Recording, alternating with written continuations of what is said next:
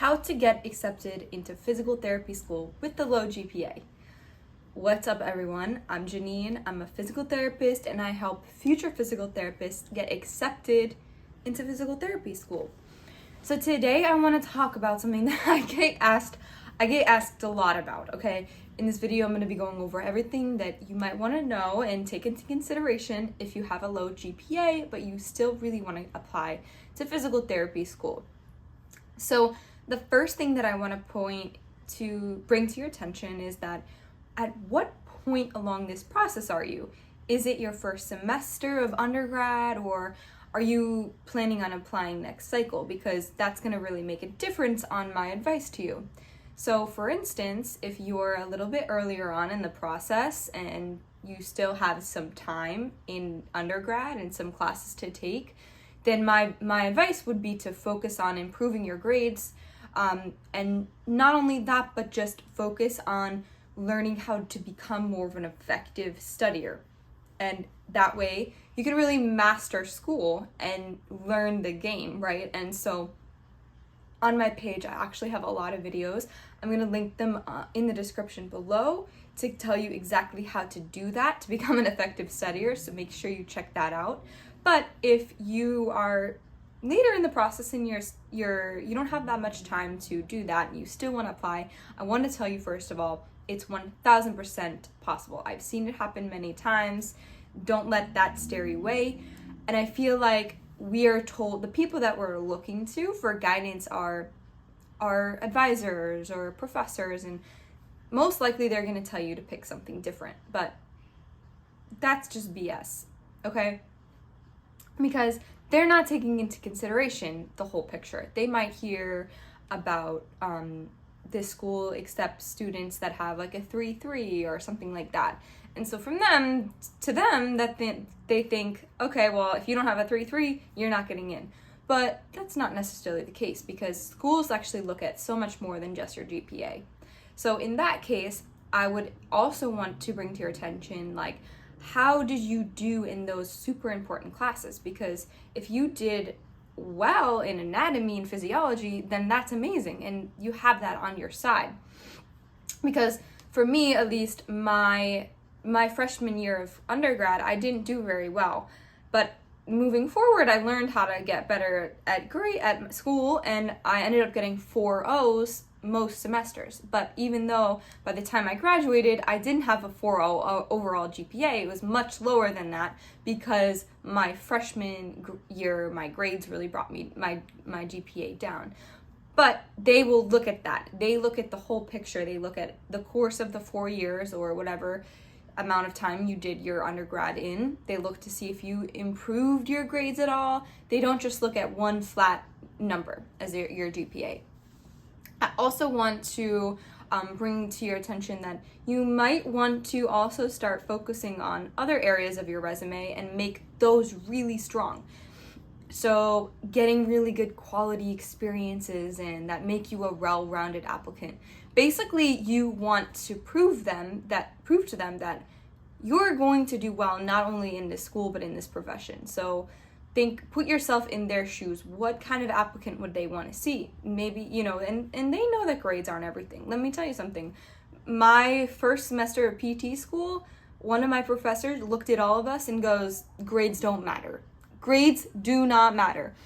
They're like, he showed us his transcript. He got a bunch of C's. He just barely passed. But he's like, that doesn't mean that you're not going to be a good clinician. So I want to tell you that, this schools really understand this. And so going off of that, making sure that you have a strong other parts of your application. And what I don't mean by that is, I don't mean, I have a low GPA, so I'm going to do 2,000 hours of observation. That's not what I mean, okay? Sometimes it might be worth it to retake that class. I would recommend, if you got a C in a class like chemistry, maybe think about retaking it, if that's possible. So don't just look for quality, or quantity is not necessarily better than quality. So focus more on the quality. Don't just try to jam in a bunch of things just to get them in, but really focus on the quality of those experiences and what are they bringing to the table for you. I want to point out that too, if you do have a low GPA, so if you're later on in this process and you have a low GPA, every single day should be, I'm doing something today to improve my chances of getting accepted. You don't have as much wiggle room, if that makes sense. So going to different clinics and trying to get observation hours, or even get a job as getting a job as a tech, getting in crunch time every single day. You should be trying to do something to improve your application. And so with that, it's also reflecting and thinking, okay, do I need to take a gap year or should I just apply? And I think that when you are in this application process, I think, most of the times the answer is just apply. And when you're doing that, you want to apply to a variety of different schools. This gives you options, right? So when you're applying to undergrad, think about it like you're applying to reach schools, you're applying to schools that, you have a good chance of getting into, and then you apply to schools that are more like the safety schools. So keep that in mind as well. Apply to schools that, might be really, really good schools. Apply to schools that you feel, this is a pretty good school, but I know that there's always still a chance that I might either get accepted or not get accepted. And then lastly, there's those schools where you might hear that people have gotten accepted into them with lower GPAs. And that is definitely totally acceptable and totally fine.